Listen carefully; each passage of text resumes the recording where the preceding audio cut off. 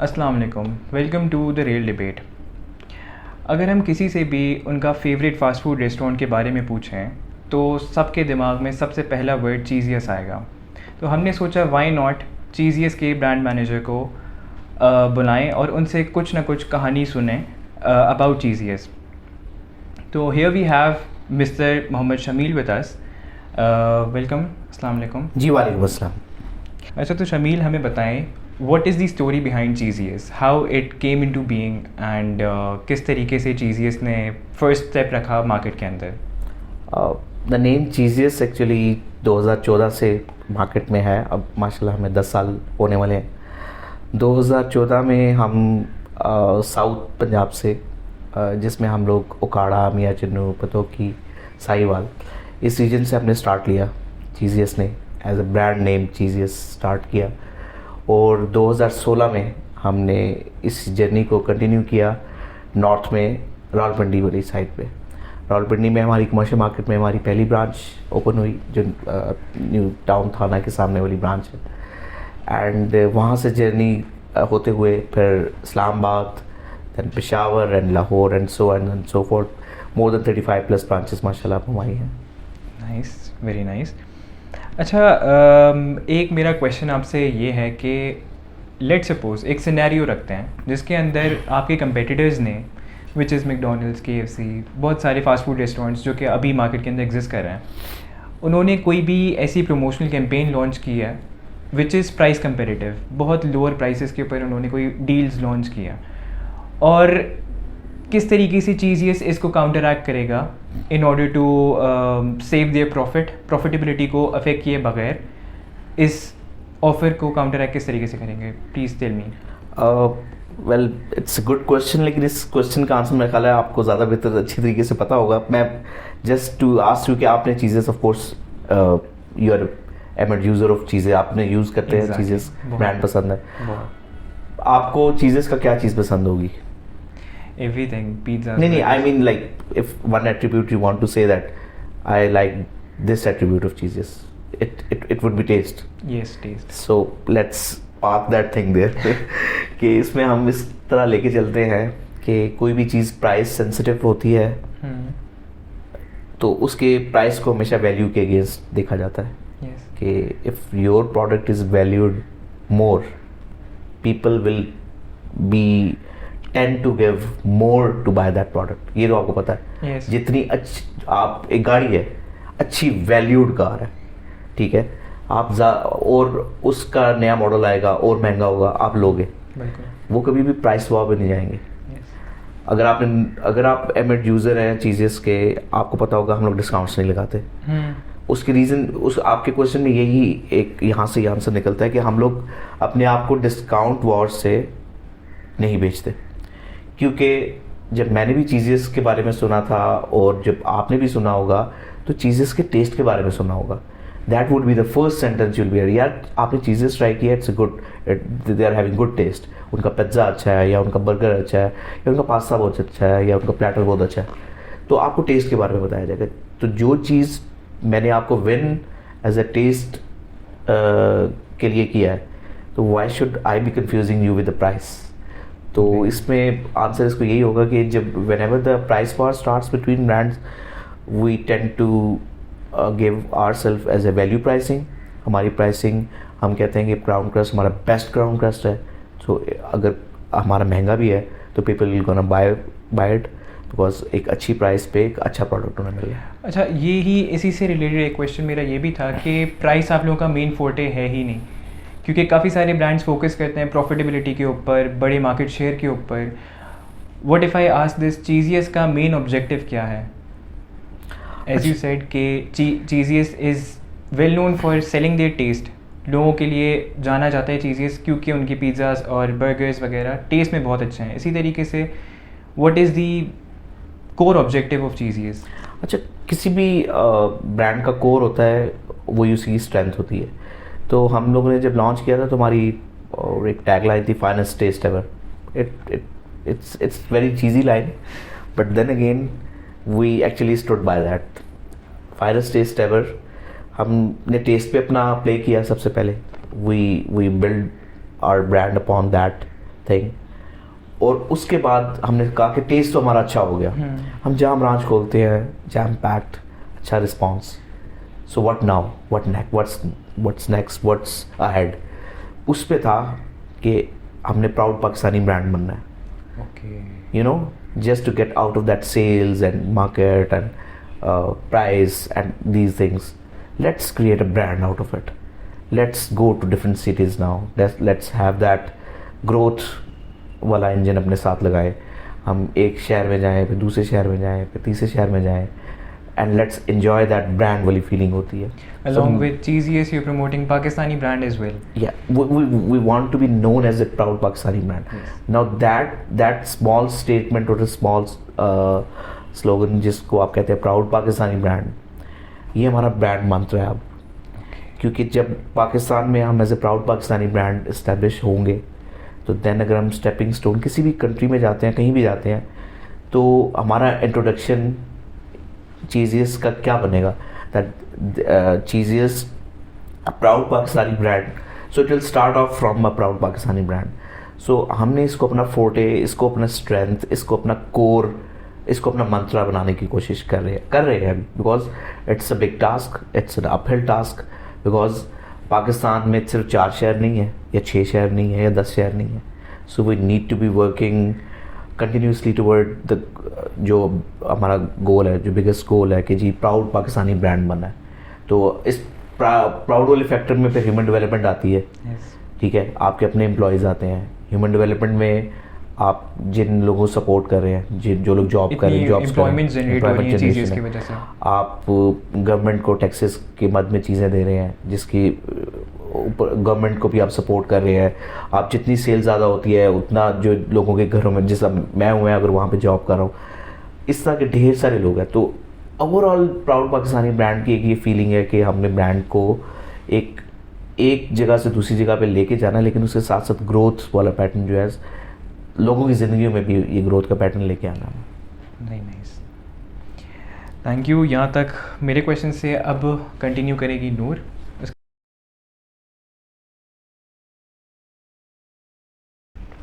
अच्छा सर, चीज़ेस अपने कंपेटिटर से डिफरेंशिएट करने के लिए कौन सी स्ट्रैटेजीज यूज़ करता है, एम्प्लॉय करता है? कंपेटिटर्स वैसे तो ये एक काइंड ऑफ सीक्रेट होता है, लेकिन of course it's not a secret, everybody does the same drill. Our story is very simple regarding that कि अपने कंपेटिटर्स को जो हम देख रहे होते हैं, वो सिर्फ इस सेंस में देख रहे होते हैं कि क्या हम जिस क्वालिटी का प्रोडक्ट सर्विस दे रहे हैं, क्या उस प्रोडक्ट की क्वालिटी और प्रोडक्ट और सर्विस की क्वालिटी की चीज़ें मार्केट में और आ गई हैं, या उसमें कोई रुकावट तो नहीं आ रही। For example let's take a scenario of crown crust. अब आपको ज़्यादा अच्छा पता होगा कि क्राउन क्रस्ट के similar product in fact with the same name crown crust हर ब्रांड के पास है। ठीक है, they are less price than us. उनके साथ डील्स होती हैं, बंडल्स होते हैं, मतलब every offer which you can make out of that crown crust जो कि कंपेटिटर्स कर रहे होते हैं वो करते हैं। बट हम लोगों ने अपना जो कोर है, जो कि टेस्ट है, जो क्वालिटी है, जो स्टैंडर्डाइजेशन है कि जी हम सेम टेस्ट सेम एक्सपीरियंस हर दफ़ा कस्टमर को दें, हमने वो चीज़ अपनी नहीं छोड़नी। तो यू हैव टू बी, वो कई दफ़ा होता है ना कि आपने बिल्कुल एक जगह पे देखना होता है, हमारी सिम बिल्कुल ठीक है। हाँ, हमने ये नहीं देखना कि प्राइस किसी की कम हो गई है, हमने ये नहीं देखना कि ये कंपेटिटर ये ऑफर कर रहा है, because you are bombarded with that as a commercial brand. आपको ये चीज़ें देखनी पड़ती हैं रोज़ाना, कोई ना कोई प्राइस ज़्यादा हो रही है, कम हो रही है, एक चीज़ आ रही है, दूसरी चीज़ आ रही है, लेकिन आप कहते हो कि यार मेरी कोर स्ट्रेंथ क्या है। अगर जी हमारा क्राउन क्रस्ट बहुत अच्छा है, तो क्या हमारा क्राउन क्रस्ट बुरा हो गया? नहीं, वो तो नहीं हुआ। क्या क्वालिटी गिर रही है? नहीं सर, वो नहीं हो रही। क्या कस्टमर खुश है? हाँ जी खुश हैं। So if these things are all right then we are all right. तो फिर वो ये हमारी एज ए डिफ्रेंसिएशन स्ट्रेटजी इससे यूज़ होती है कि अगर किसी कंपेटिटर से पूछते हैं कि यार चीज़ें की क्या चीज़ अच्छी है, कहते हैं यार उनका क्राउन क्रस्ट बहुत अच्छा है। So that's how we differentiate from the competitor, कि उनके क्राउन क्रस्ट और हमारे क्राउन क्रस्ट में फिर ये फ़र्क है कि our is valued more than them. People are willing to give more amount for our crown crust to तो यही डिफरेंशिएशन है फिर हमारी taste and quality and standardisation and the same experience you are no going to get. Matter what value पे आप लोग compromise नहीं करते कभी भी, Yes. और टेस्ट वगैरह पे। यस। और सर मार्केटिंग कैंपेन्स आप लोग चीज़ेस की जो है मार्केटिंग कैंपेन्स हैं वो आप लोग कैसे अडेप्ट करते हैं to deal with changing customer trends? अच्छा, इसमें कस्टमर ट्रेंड्स हैं वो किसी भी वजह से चेंज हो सकते हैं, कोई टेक्नोलॉजिकल एडवांसमेंट्स आ सकती हैं, कोई खुदा न खास्ता कोई मिसहैप हो सकता है। फॉर एग्जांपल जब मैंने ज्वाइन किया था 2020 के एंड में, तो उस वक्त कोविड था, तो जिसकी वजह से कंज्यूमर बाइंग के जो बिहेवियर सारी चीज़ें चेंज होगी। टेक्नोलॉजिकल एडवांसमेंट आई, अब हम 2020 में ही हमारी ऐप आई, 2020 में हमारा एक थर्ड पार्टी जो कि फूड पांडा के साथ हम लोग काम कर रहे थे पहले, वो हमने 2020 में ही वही चीज़ हमने उनसे अलहदा होकर हमने अपना डिलीवरी सिस्टम डेवलप किया। अब नाउ कस्टमर्स के बाइंग बिहेवियर ये होता है कि आप या मैं एज ए कस्टमर कोविड में है, everything is going to hell and we are planning कि जी हमने ये चीज़ खानी है, ये चीज़ खानी है, आपका ऑर्डर लेट हो रहा है एंड यू गेट फ्रस्ट्रेटेड। आपको तो यार ये इतना अच्छा पिज्ज़ा होता है, ये इतना लेट आता है एंड प्रोडक्ट की क्वालिटी नहीं अच्छी होती है and all that was the customer problem. तो हमने फिर ये चीज़ किया कि कस्टमर का बाइंग बिहेवियर ऐसा है कि वो चाह रहे हैं कि उनको डिलीवरी टाइम पे मिले, उनको अच्छा प्रोडक्ट मिले, और यही हमारा कोर था। हम अपने टेस्ट से ही जाने जानते थे। तो हमने कहा कि अपना डिलीवरी नेटवर्क हो ताकि हम ये अपनी कोर स्ट्रेंथ बनाएं। इसी तरह हमने उस ऐप को अडेप्ट किया, 2020 में रोल आउट किया कि कस्टमर बाइंग बिहेवियर चेंज हो गया। अब फिज़िकली ब्रांच में आके कोई नहीं ले रहा, अब लोग ऐप से ऑर्डर कर रहे हैं। हमने अपनी ऐप स्टार्ट की, फिर लोगों का डिजिटल मीडिया पे जाना शुरू हुआ, तो हमने डिजिटल मीडिया में हमने मार्केटिंग कैंपेन्स अपने लॉन्च करना शुरू किए। हमने वहाँ पे कस्टमर्स को इंगेज करना शुरू किया। अभी रिसेंट एग्जांपल देते हैं, हमने ये गज़ा वाला जब हुआ तो हमने कैंपेन लॉन्च की जिस पे हम लोगों ने कोशिश की कि लोगों के साथ इंगेज करके गज़ा के लिए कुछ किया जाए। तो उसमें हमने लास्ट वीक हमने अनाउंस किया 25 मिलियन हम जो डोनेशन जो उनके लिए कर रहे हैं, जो कि क्योंकि वो एवरी ऑर्डर काउंट पे था कि हर ऑर्डर के अगेंस्ट हम एक सर्टेन अमाउंट ऑफ परसेंटेज आप लोग देना चाह रहे थे। तो कोई भी कैंपेन जो कि हम डिजिटल पे लेके जा रहे होते हैं या उसको हम किसी प्लेटफॉर्म पे लेके जा रहे होते हैं, उसका रिजल्ट ऑफ कोर्स उसके रिस्पॉन्स से आप देख रहे होते हैं। फिर तो हमें इस लिहाज से कस्टमर के बाइंग बिहेवियर के हिसाब से या कस्टमर के ट्रेंड्स के हिसाब से हम अपनी मार्केटिंग स्ट्रेटजीज़ और अपने टैक्टिक्स को हम मोल्ड करते रहते हैं।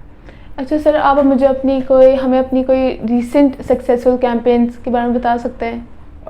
रीसेंट, क्योंकि अभी मैंने गाज़ा वाली तो कैंपेन आपको बता दी, अभी रीसेंट कैंपेन मदर्स डे की मैं आपको बताता हूँ। हमारी कस्टमर एंगेजमेंट ये कैंपेन थी जिसमें हम चाह रहे थे कि ब्रांचेस में लोग अपनी मदर्स के साथ आएँ, फिर हम उन्हें सरप्राइज दें। हम अपना डिज़र्ट सेक्शन को भी हम ट्राई कर रहे हैं, तो हमने उनको डिफरेंट सरप्राइज जो है वो डिज़र्ट्स वगैरह हमने दिए। तो उसकी एंगेजमेंट हमने सोशल मीडिया के थ्रू जनरेट की। हमने जो उसका एड रोल आउट किया उसको हमारा बहुत अच्छा 10 मिलियन प्लस उसको व्यूज़ मिले।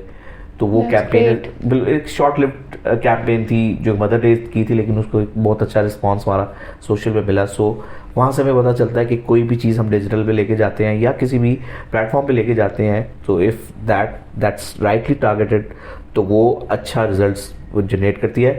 और वो रिज़ल्ट फिर आपको हमारे डिलीवरीज भी मदर्स डे के डे में अच्छी डिलीवरीज हमारी हुई, हमारी सेल वाइज भी अच्छा हो, हमारे ब्रांच में भी जो कस्टमर ज़्यादा आए। तो इसकी वजह से आपकी जो भी मार्केटिंग टैक्टिक्स है कि हमने एंगेज भी लोगों को ज़्यादा करना है, लोगों को ज़्यादा से ज़्यादा कंपेल करना to come to Cheezious on the mother's day, वो हमारी सक्सेसफुल रही।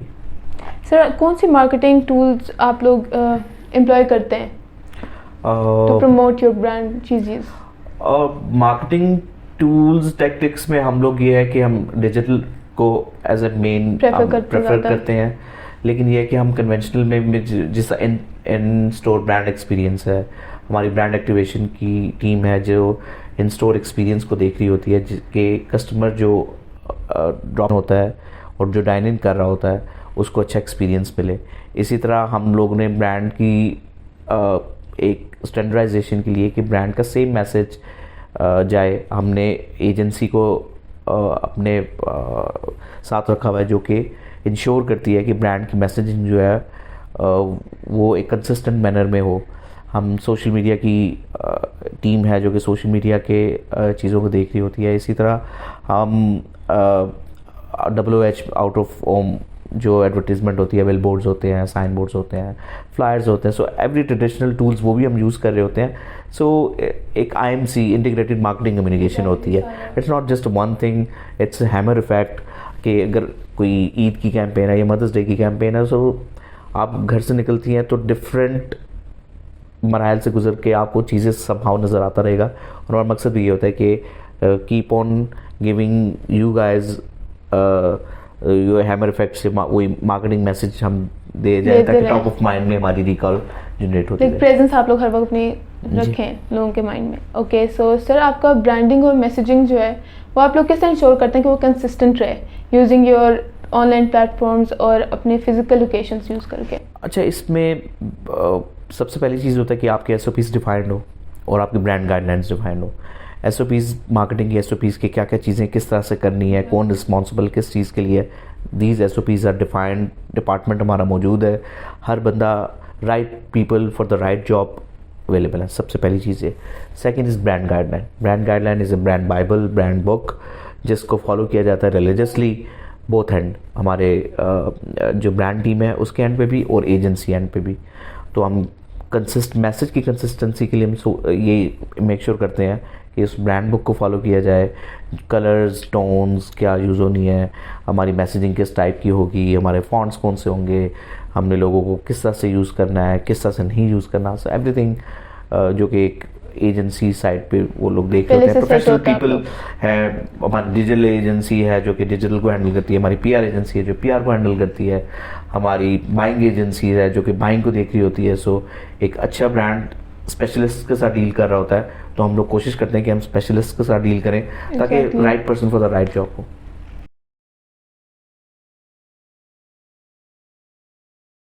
चीज़ेस अपने कस्टमर से फीडबैक कैसे कलेक्ट करता है और इस फीडबैक को अपनी मार्केटिंग स्ट्रैटेजीज में कैसे यूज़ करता है? फीडबैक का वैसे मेनली जो चीज़ें स्कैन पे होता है, एक तो ऑनलाइन हमें जैसे गूगल रिव्यूज़ है वहाँ पे, मतलब reviews as a first part हम इसको कंसिडर कर रहे होते हैं।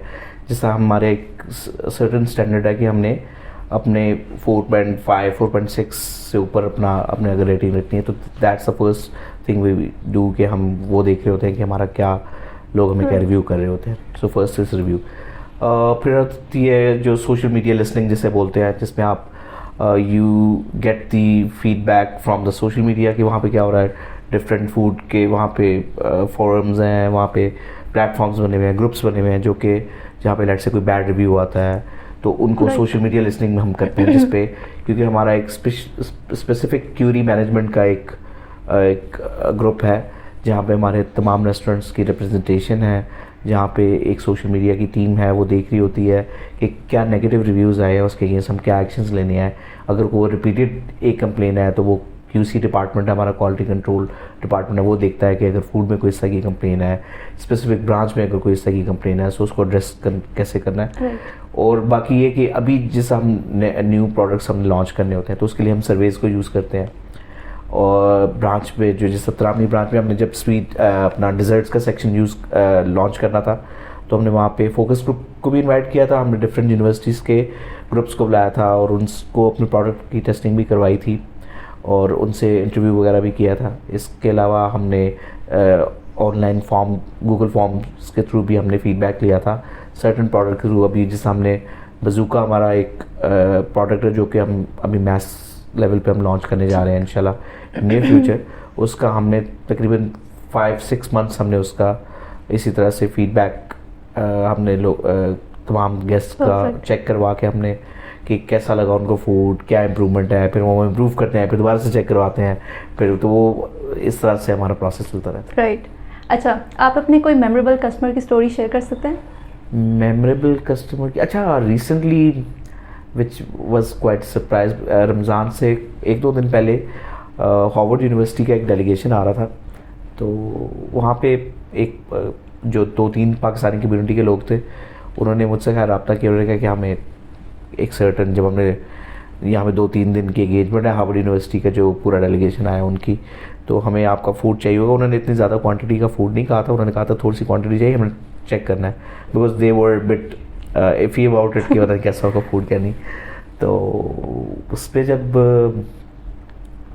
फूड उनको डिलीवर हुआ तो उन्होंने रिक्वेस्ट की कि हम लोग किसी होटल में हैं, सॉरी किसी होटल से हम निकल चुके हैं, किसी गाड़ी में है, तो वो आपका वो जो डिलीवरी राइडर है वहाँ डिलीवर करेगा, तो हम वहीं से हम गाड़ी में ही रास्ते में हम खाते हुए जाएंगे, तो प्लेट्स या कोई इस तरह की चीज़ डिस्पोजेबल वो दे देगी। तो हमने वो डिस्पोजेबल प्लेट जो का हमारे पास नहीं होती हमने अरेंज करके दे दिया उनको। तो फूड उन्होंने खा लिया, उन्होंने इन्जॉय किया, अच्छा किया, तो दे लाइक द फूड। तो उनमें से जो हार्वर्ड यूनिवर्सिटी के जो लोग जो थे, जो वहाँ के लोग थे, उनको इतना फूड पसंद आया कि उन्होंने कहा कि यार नेक्स्ट हमने डिनर भी वहीं पे करना है, ब्रांड की अवेयरनेस क्रिएट होगी डाइन इन में कर। तो नहीं, the fact that they actually went for the dine in, वो तो ऑफ कोर्स किसी को खाना अच्छा लगा वो दोबारा चला गया, दैट्स नॉट अ स्टोरी।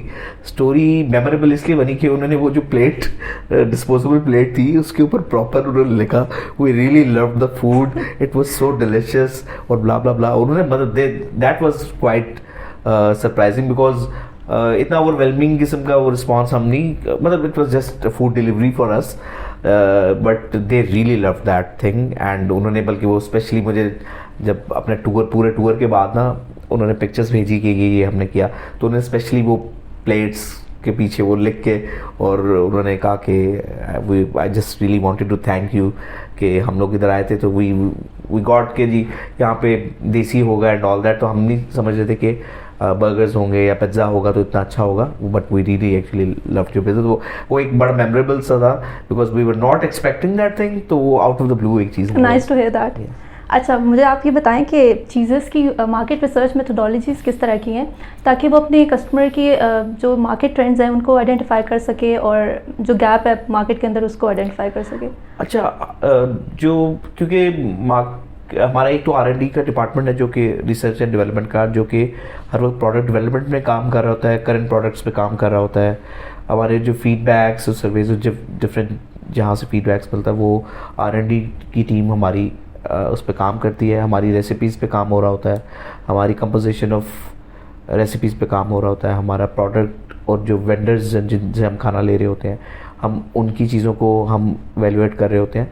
सो इस सेंस में हम लोग जो रिसर्च को हम यूज़ कर रहे होते हैं कि हम कस्टमर का जो एक्सपीरियंस है उसको किस तरह से इम्प्रूव कर सकें। एक गोल ओरिएंटेड रिसर्च होती है, research for the sake of research नहीं होती, मतलब उसका एक पर्पस होता है कि हमने पर्पस ये है कि जी अगर प्रोडक्ट को इम्प्रूव करना है, दैट्स द पर्पस कि जी हमने इस प्रोडक्ट को एक्सप्रेस प्रोडक्ट को इम्प्रूव करना है, तो वो R&D उसमें फिर अपना जो है वो रिसर्च को अपलाट कर। इसमें डाटा ऑफ कोर्स सबसे बड़ी चीज़ होती है कि हम डीप डाइव करते हैं डाटा पे, जो हमारे पास अवेलेबल डाटा, क्योंकि अल्हम्दुलिल्लाह हमारी अच्छी ट्रांजेक्शन्स होती हैं और कस्टमर का फीडबैक हमारे पास आ रहा होता है, हमें पता होता है कौन से हमारे स्टार प्रोडक्ट्स हैं। अगर हमने किसी स्टार प्रोडक्ट में चेंज लानी होती है तो हम पहले डाटा को देखते हैं कि क्या डाटा कि वो इंक्रीज़ हो रहा है, कहीं कम तो नहीं हो रहा। अगर खुदा न खासा कम हो रहा है तो हमें लगता है कि yes we do need improvement in it. तो data is the core for any research, जो हम उस पर डीप डाइव करके देन फिर अपने डिसीजंस ले रहे होते हैं।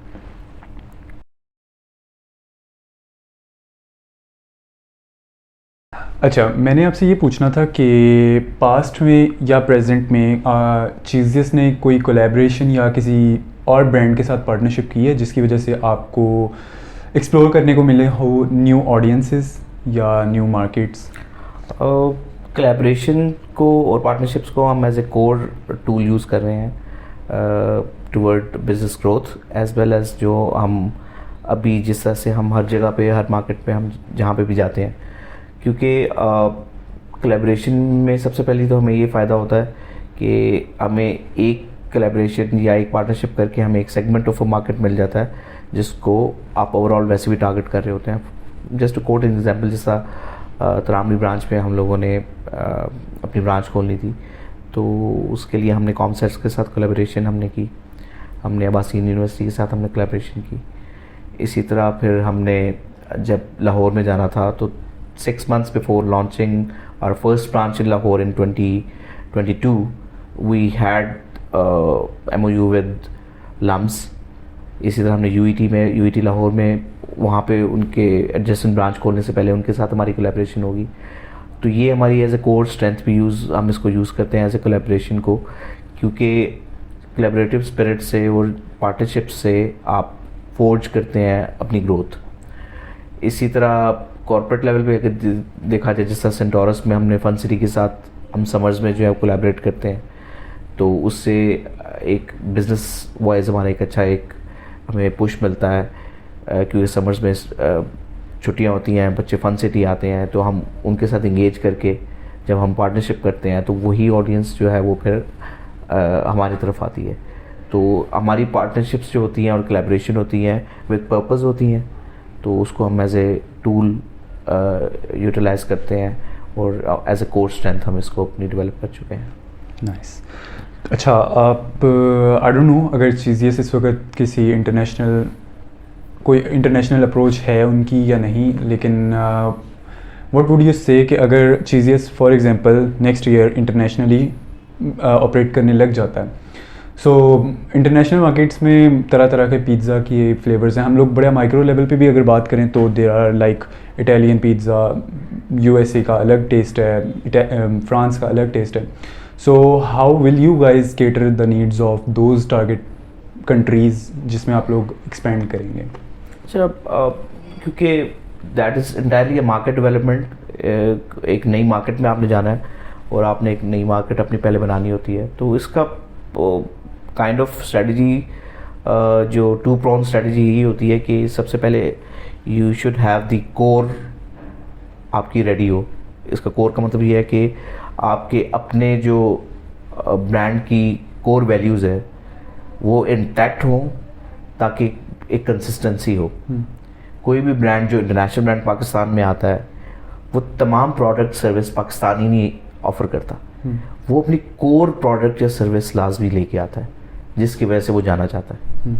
इसी तरह अगर for example let's say it's a crown crust, so will be taking that product with us, but yes will have some local touch. जिस तरह काफ़ी इंटरनेशनल ब्रांड चपली कबाब को डील करते हैं, अरेबियन को डील करते हैं, वो किसी और कंट्री में नहीं होता, पाकिस्तान में करते हैं। इंडिया में बीफ नहीं होता, तो एक बहुत अच्छा ब्रांड जो कि बीफ के बेस्ट बर्गर बनाता है वो वहाँ पे भी जाके बर्गर्स दे रहा है, बस बीफ नहीं दे रहा।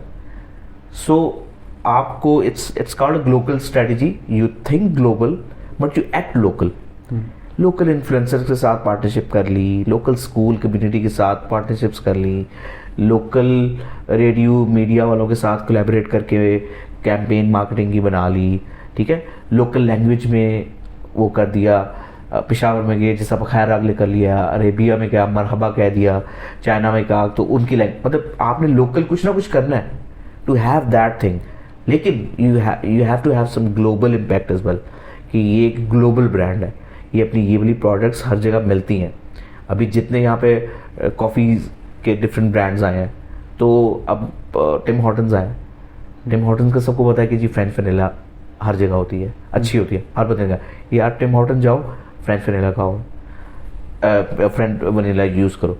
तो इस तरह की चीज़ें किसी भी ब्रांड की कोर जो चीज़ें होती हैं, जो उनका मेन प्रोडक्ट्स होते हैं, वो हमेशा साथ लेके जाते हैं। हाँ, कस्टमर प्रेफरेंसेस हर जगह के चेंज होते हैं, उनको देख के आपने अपने जो मेन्यू में वो चीज़ें ऐड करनी होती, और वो हर ब्रांड ऐड करता है। और हर ब्रांड, अब मैकडोनल्ड जो जापान का मैकडोनल्ड है, वो इट्स टोटली डिफरेंट स्टोरी जो कि किसी और कंट्री में। So that happens. कस्टमर की जो बाइंग हैबिट्स हैं या उस कस्टमर की जो उनकी प्रेफरेंसेस एंड चॉइसेस है, उसके हिसाब से आप उसको चेंज करते हो। आप अपने रेसिपी में थोड़ा सा वो चीज़ लेके आते हो। अगर कोई ज़्यादा, जैसा for example if you consider us as a spicy, तो अगर आप किसी ऐसे रीजन में जा रहे हैं जो कि स्पाइसेस को नहीं करते, तो you tweak that thing a little in order to have that a local perspective in it.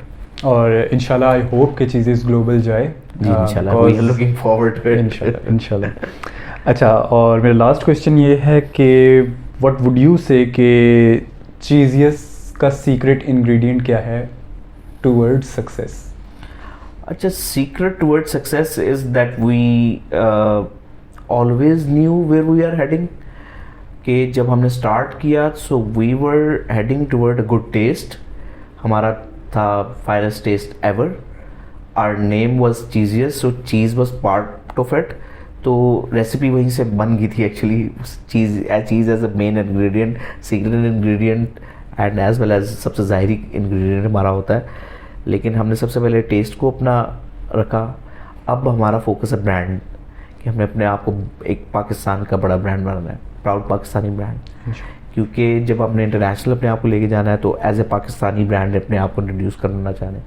क्योंकि as you have said earlier Italian brands हैं, उनके पास पिज़्ज़ा के शिकागो स्टाइल पिज़्ज़ा होता है, डिफरेंट टाइप के पिज़्ज़ाज होते हैं एंड ऑल दैट. सो आपने डिफ्रेंशिएट तो करना ही करना है फर्स्ट थिंग, लेकिन आपकी अपनी रिकग्निशन भी तो होनी है. तो आपने अपने आप को रिकग्नाइज करवाने के लिए अपना क्या फोटे बना है. तो हम चाह रहे हैं कि हम अपने आप को प्राउड पाकिस्तानी ब्रांड बने, पाकिस्तान का सबसे बड़ा ब्रांड बने. और जब उसके बाद हम प्राउड पाकिस्तानी ब्रांड बन जाएंगे और जब हम इंटरनेशनल किसी जगह पे जाते हैं, उस अपना फुटस्टेप रखते हैं, तो हमारी क्रेडिबिलिटी ब्रांड की इस्टेब्लिश हुई होगी. और देन ये है कि हम उस रेपुटेशन पे, उस रेप्यूट पे हम बिल्ड अपॉन कर सकते हैं. That's all. Thank you so much mister शामिल. मैं और मेरी पूरी टीम आपको अप्रिशिएट करती है, आपको थैंक्स करती है जज़ाकल्लाह for coming and giving us your precious time.